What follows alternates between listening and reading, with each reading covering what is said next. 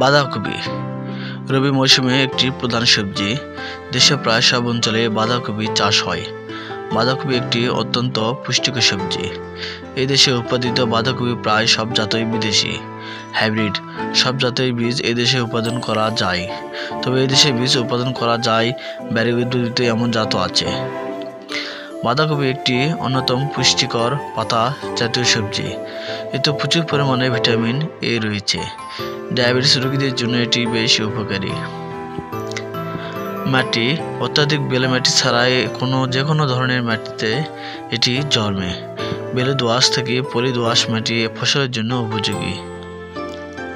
জাত আগাম জাত লাগাতে চাইলে লাগাতে হবে কেকে ক্রস এবং এক্সপ্রেস ক্রস দুটি জাত। মধ্যম সময় উপযোগী জাত হলো KY ক্রয়, এটলাস 70, টোকি প্রাইড, গ্রিন এক্সপ্রেস প্রভৃতি ইত্যাদি। লাগানোর সময় হচ্ছে বাঁধাকপি শীতকালেই ভালো হয়। শীত মৌসুমে আগাম নাবি করে চাষ করা যায়, তবে সম্প্রতি বর্ষাকালে বাঁধাকপি উৎপাদিত হচ্ছে। মৌসুম ভেদে বাঁধাকপি বীজ বপনের সময় নিচে দেওয়া হলো। সময় বীজ বপনের সময়, চারা রোপণের সময় আগাম ভাদ্র বা শ্রাবণ ভাদ্র, আশ্বিন, মধ্য আশ্বিন, কার্তিক অগ্রহায়ণ, নাবি অগ্রহায়ণ, মধ্য পৌষ মাঘ। জাত ভেদে প্রতি শতকে 2 থেকে 3 গ্রাম, হেক্টর প্রতি 500 থেকে 700 গ্রাম। চারা উৎপাদন পদ্ধতি। বাঁধাকপির চারা বীজতলা উৎপাদন করে জমিতে লাগানো হয়। বীজতলা আকার 1 মিটার, পাশে লম্বায় 3 মিটার হওয়া উচিত। সমপরিমাণ বালি, মাটি ও জৈব সার মিশিয়ে ঝুরঝুরা করে বীজতলা তৈরি করতে হয়।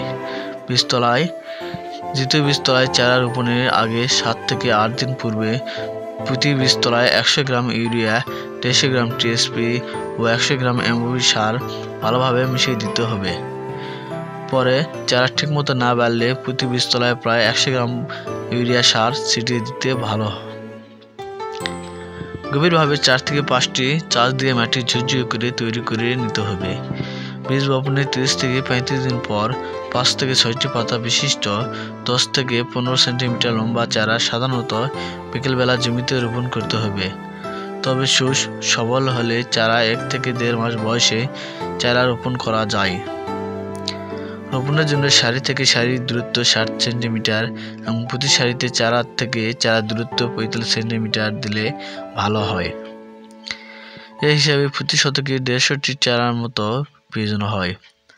আঙ্গিনায় 5 ফিট লম্বা একটি বেডের জন্য 20 থেকে 22টি চারার প্রয়োজন হয়। বেডে মাত্র 2 সারিতে চারাগুলো লাগাতে হবে। প্রতি শতকে গোবর 125 কেজি, ইউরিয়া 1 কেজি,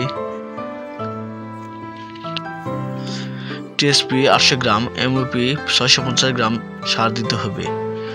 সম্পূর্ণরূপে গোবর ও TSP সার জমি তৈরির সময় প্রয়োগ করতে হবে। ইউরিয়া MOP সার 2 কিস্তিতে চারা রোপণের 20 থেকে 25 দিন পর একবার এবং 30 থেকে 40 দিন পর আর একবার উপরিভাগে প্রয়োগ করতে হবে। পোকামাকড়। এদেশে বাঁধাকপির সবচেয়ে ক্ষতিকর পোকা হলো মাথা খেকো লেদা পোকা। নাবি করে লাগালে সরু পোকা বা ডায়মন্ড ব্যাক মথ বেশি ক্ষতি করে।